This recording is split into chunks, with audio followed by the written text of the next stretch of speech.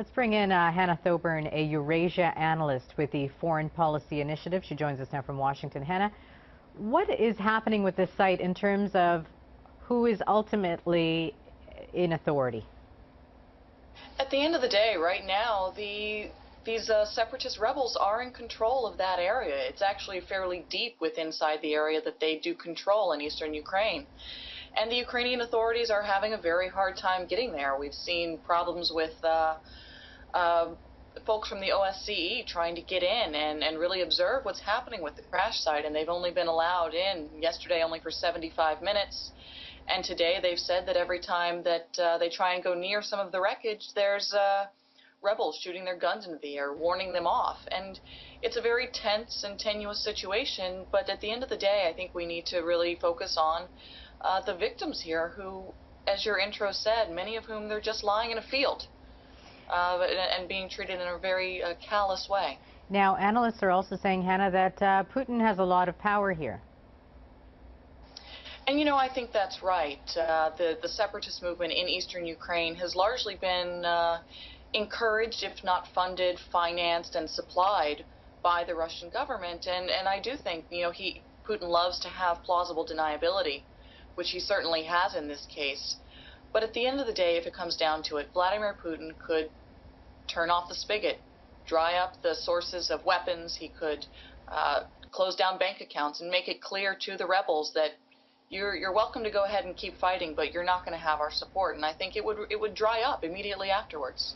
Will investigators ever be able to conduct an objective assessment of what happened? You know, I think the longer that this goes on, the longer that they don't have access to the crash site, the less chance there is that we're going to have a fair, full, and impartial investigation. At this point, we don't know where the whereabouts of the black boxes are. There have been reports that they've gone to Moscow, reports that they're still in Ukraine. And yes, of course, I think it's because the rebels are being blamed for this, the shoot down of the plane, and I think rightly so. It's very much in their interest to make sure that they do have control of the crash site and that they're able to keep any incriminating evidence out of the hands of people who might try and use it against them. But it's a bigger game now in that there are a lot more international countries involved because of the people that have died.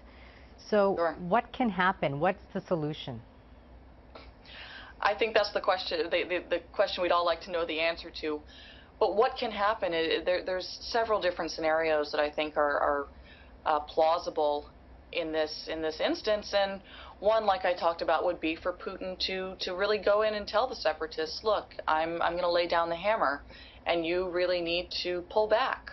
I'm not very sure that that's going to happen. He's really put himself into a corner, and it's not necessarily his style. You know, you may see the Ukrainian military say, look, we need to get this under control, and we're going to make a serious military push, even though the wreckage of the plane is still there. We're going to push for it. You may also see increased pressure coming from European countries, particularly those European countries that had citizens on board the flight, really pressuring Russia and trying to influence them to then in turn bear their own influence on the separatists. There's many different ways, I think, in which this could go, but at this point it's anyone's guess. Hannah, thanks so much for joining us. Hannah Thank Thoburn with the Foreign Policy Initiative.